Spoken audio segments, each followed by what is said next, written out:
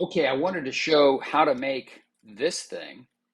This is an endoplasmic reticulum from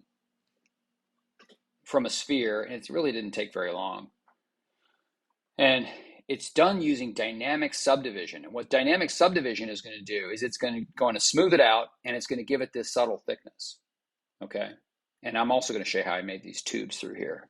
But this is the end state in dynamic subdivision. So basically, what you need to make, what the goal is to make this thing, right? And then turn a live Boolean on to cut it in half, and then use dynamic subdivision to make it hollow and give it a thickness. And I'm going to scrub through this real quick, back to the beginning. So when we started out, we had a sphere. We'll turn on polyframe so you can see it. And I basically just made a mask and then turned those into polygons and extruded them out. And I turn on dynamic subdivision so I can see it as I'm seeing a preview of it while I'm doing it. All right, so we do this, we do this. This is all dynamic subdivision. And I apologize if you can hear my dog whining in the background. And so here what I did is I just added some extra, I applied the dynamic subdivision. You see it's great, it's no longer active.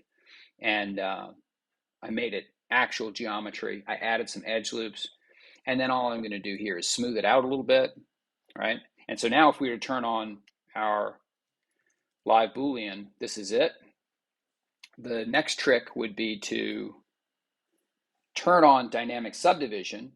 Smooth subdivision set to 2, and thickness is set to this number. And that's what makes it hollow and gives it a slight thickness. And then I'm adjusting that. And now what I'm going to do is I'm going to make those connections. I'm dragging one edge into another edge, and then I'm going to hit Dynamesh, and Dynamesh will go through and make that tube. You see that? So let me show you that again. So Dynamesh will go from, because here those are just pushed through one another, and then I clear the mask, turn Dynamesh on. Here the resolution might not be the same for you because it depends on scale. But yeah, if I go backwards, that's just push through one another, and then I hit Dynamesh, and it does that. It makes the tube. And I'm going to do the same thing up here. And then I'm adjusting the thickness here, basically. But that's it. Isn't that a neat little trick? And I can, so that's how that's done, and you could do any amount of that you wanted to. Then what I did was, you'll see me working down here. And what I did was I used the Inflate Brush and Sculptris Pro Mode.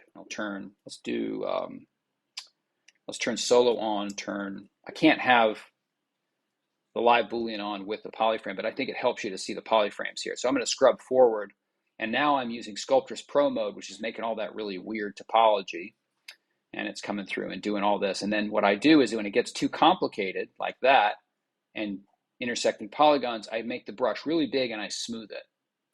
And then smoothing it with Sculptris Pro Mode brings that topology back down to more reasonable size and more accurate topology, or more complete or usable topology. And I just lifted this tube straight up, right, like that. And now when we turn solo mode off, it'll be cut, and dynamic subdivision will give it a thickness like that.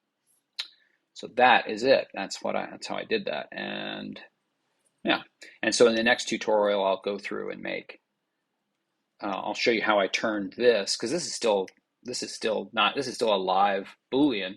I'll show you how I take that cut edge and make that actual geometry. But obviously you want to save both of these. Maybe you want to, I don't know, maybe you want that for something else. You'd want to do it to a duplicate.